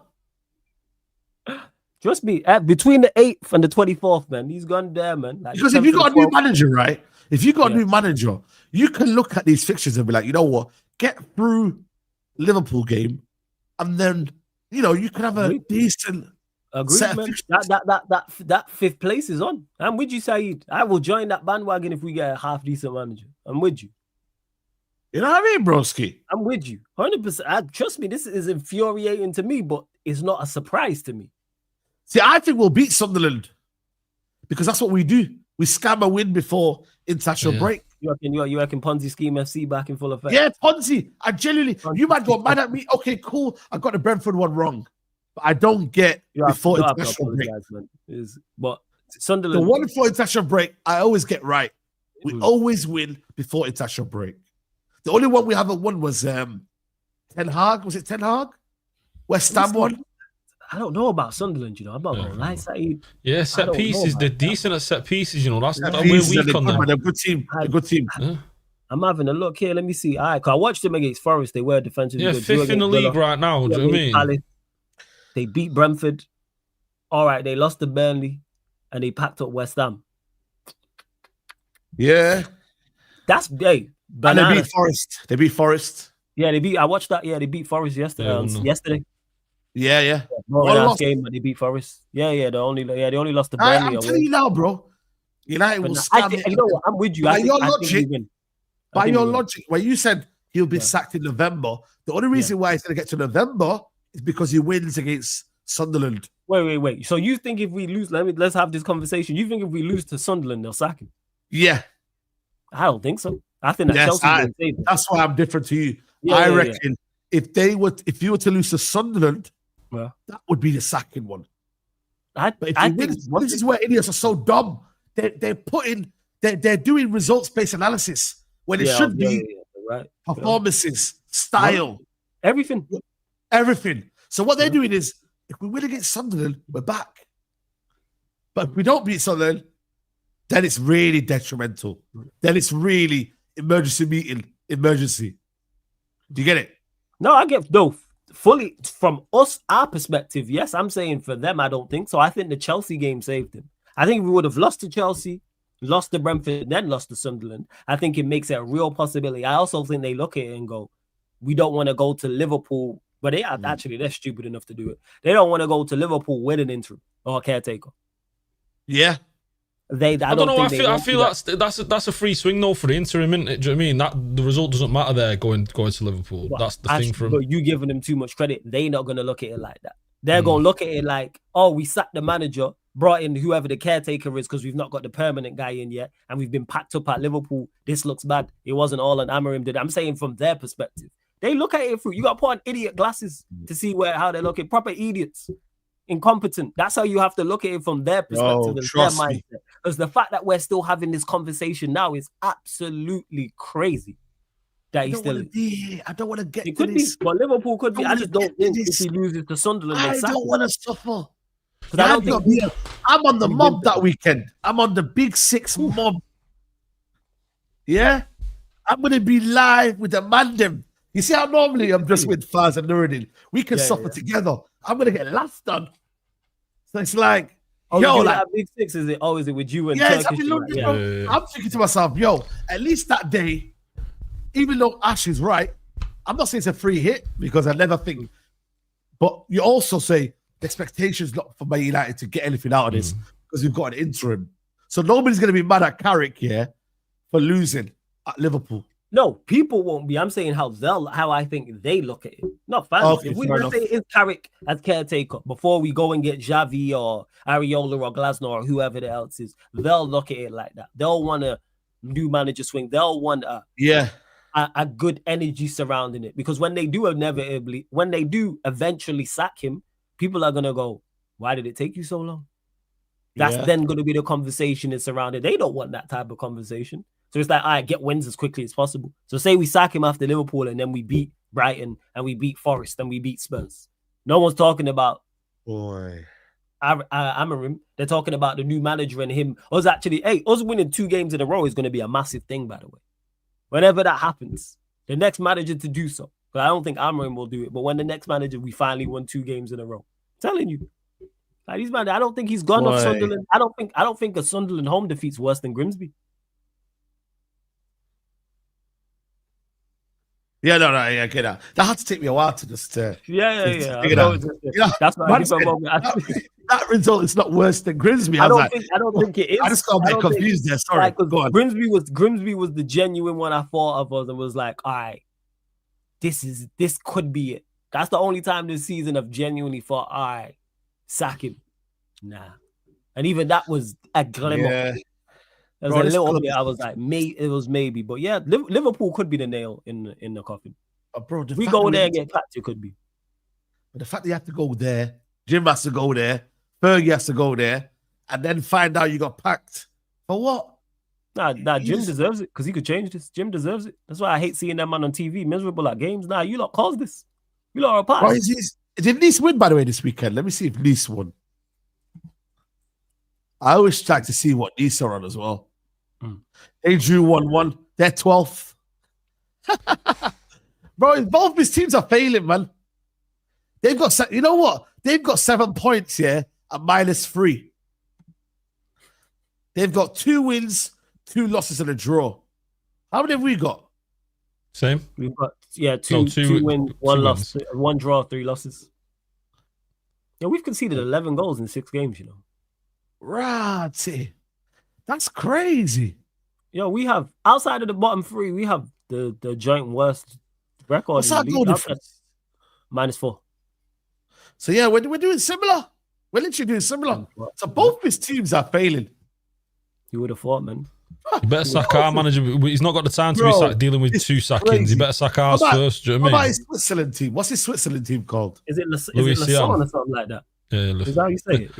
Yeah. Say how do you spell that? I think you got that right. I should not gonna lie. No, I think you got that right. Do you know what I mean? Lausanne. Yeah, someone there in the chat, let me know. Let me go to Switzerland. I think it's the Switzerland League. Yeah, it's LUIS. Something. They are. Swiss team. Yeah, guess where they are? Go on. Guess where they are? Bottom half. After 7 games, they are 11th out of 12. 7 games, 1 win, 2 draws, 4 losses, conceded 12, -4 goal difference. You know who else he has -4 goal difference? All of his teams are failing. It's not coincidence. And his business is failing as well right now. Hey? His business is failing at the moment as well. Have you seen? No, I haven't seen that as well. Yeah, he's losing big money in the business. We got a loser, man. We got a loser. He's actually like Brodsky. What's he done well, man? Like seriously, what of his sports are winning? Is it cycling? Is it the boat? You know the boat one? Yeah. Nah, that's crazy, bro, man. It's actually mad. Actually mad, bro. Actually crazy. Yep. It sucks. Wow. Atonement says the Chelsea win was the worst thing to happen in the long run as Favre's Amorim getting sacked. It's bought him time in the job. The scrutiny would be a lot worse had we not won that game. Yeah. But then I still got enough evidence to say he should be sacked way before then, before the Chelsea game. So it doesn't need you to take you to the Chelsea game for you to realize whether we won or not. You know what I mean? Like it doesn't need to take you that. So no, but for them it does. Like I said, I think that genuinely did buy him time. I think it bought him. I think it bought him this window. No, sorry, this international break. Had we had lost to Chelsea, lost to Brentford, lost to Sunderland, I think there is a genuine chance he could have been gone. But I think once he won that, it was like, all right. I think we could lose to Sunderland 2-3-1. And yes, there'll be uproar, and yes, that'll be the entire conversation in the international break. But they're not going to set that. They're going to wait till Liverpool, like they did with Ten Hag. Remember, they did this with. This is literally deja vu. We did this the first 2 international breaks with Ten Hag, and it took him the third one. I remember. It was the third one. Because Ten Hag got the game after the third one, and then he lost. And then they was he? Oh, was it not? Was it not the third one? Let me double check. I'm gonna double check. I swear. Oh, I had a feeling, man. 1 second. I'll tell you now. Hold up. Let me scroll back. Because it was November times, right? Was it November? Yeah. No, it was sacked in October, late October. Was he sacked in? Oh yeah, because Thingy took over, didn't he? Rude had 4 games. Rude had a couple of games. So yeah, he lost to West Ham. The 20 was he? Yeah, what he lost to West Ham 27th of October, where Dalot missed the open net. Oh, did he get sacked after that? Was it that one? Did he get sacked? Yeah, he got sacked after West Ham game. Yeah. Okay, cool. So I'm looking at so it wasn't. No, they gave him 3 games after the international break. Okay. We drew to Villa. Remember, they was all looking. They was all. So maybe you're right. Maybe you're right. Yeah. It might be all at Villa Park. Liverpool. Yes, yeah. And then Forest. Brentford. Yeah. Yeah. We beat Brentford after the international break 2-1. Then we drew to Fenerbahce. Then we lost to West Ham. Yeah. And then Rude took over for Leicester, Chelsea, PAOK, and then Leicester. So he took over 4 games. And then Amorim's first game was Ipswich. Yeah, after the international break, yeah. Because I remember he was doing some training with the Kobe Manu and them, man. Fucking Yeah. Boy, let's see. I don't know, man. We'll see tomorrow. We'll see whenever. But the thing is now, you got to think about this for the whole week and then prepare yourself for Sunderland. Dead. I'll think about Sunderland on the day. Yeah, that's crazy. That's mad. Yeah, this one here. We're gonna leave you with this stat here, chat. Sunderland 2 months, 11 points. United from April. And we're gonna leave that on there, chat. Big up to everyone locked in. We still don't have 1,000 likes. What? Chat, if you're watching right now, yeah, I don't know why it's a bit slow today, man. The likes. Chat, if you're watching right now, please hit the like button. It's right there. It takes you a second to like the video. Right here, chat. Just hit the like button. My voice is gone. You get me? From this weekend. And yeah, man. It's been a mad weekend, I can't lie. And yeah, we'll see, man. Monday, we'll see what happens, man.